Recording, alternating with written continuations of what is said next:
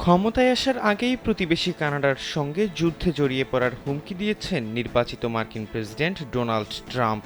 এখানেই থেমে থাকেননি তিনি। দেশটিকে যুক্তরাষ্ট্রের ৫১তম অঙ্গরাজ্য বানানোর ইচ্ছাও প্রকাশ করেন খোদ কানাডার প্রধানমন্ত্রীর সামনে। এবার ট্রাম্পের এমন বেপরোয়া মন্তব্যের প্রতিক্রিয়া দেখালো অটোয়া, ইঙ্গিত দিল পরাশক্তি দেশটির উপর নিষেধাজ্ঞা দেয়ার। বুধবার কানাডার বৃহত্তম রাজ্য অন্টারিওর সরকার প্রধান ডং ফোর্ড এমনটা জানান। তিনি বলেন, মিশিগান, নিউ ইয়র্ক স্টেট এবং উইসকনসনে যে বিদ্যুৎ রপ্তানি করা হয় তা বন্ধ করে দেয়া হবে। ফোর্ড জানান, যুক্তরাষ্ট্র যদি কানাডার পণ্যের উপর তার প্রথম দিন থেকেই ২৫% শুল্ক আরোপ করে, তবে হাতে থাকা সমস্ত কৌশলই ব্যবহার করবে Canada. Introducing High Glass by Akijport. Ontario রাজ্যের এই কর্তা জানান, ট্রাম্পের সিদ্ধান্তের ফলে কানাডার লোকজন ক্ষতিগ্রস্ত হবে, তবে তিনি নিশ্চিত করতে চান একই প্রতিক্রিয়া আমেরিকানরাও পাবে।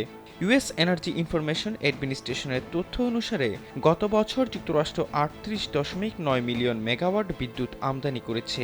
এর মধ্যে ৩৩.২ মিলিয়ন মেগাওয়াট আমদানি করেছে কানাডা থেকে, যদিও এটি যুক্তরাষ্ট্রের বার্ষিক বিদ্যুৎ ব্যবহারের মাত্র ১%।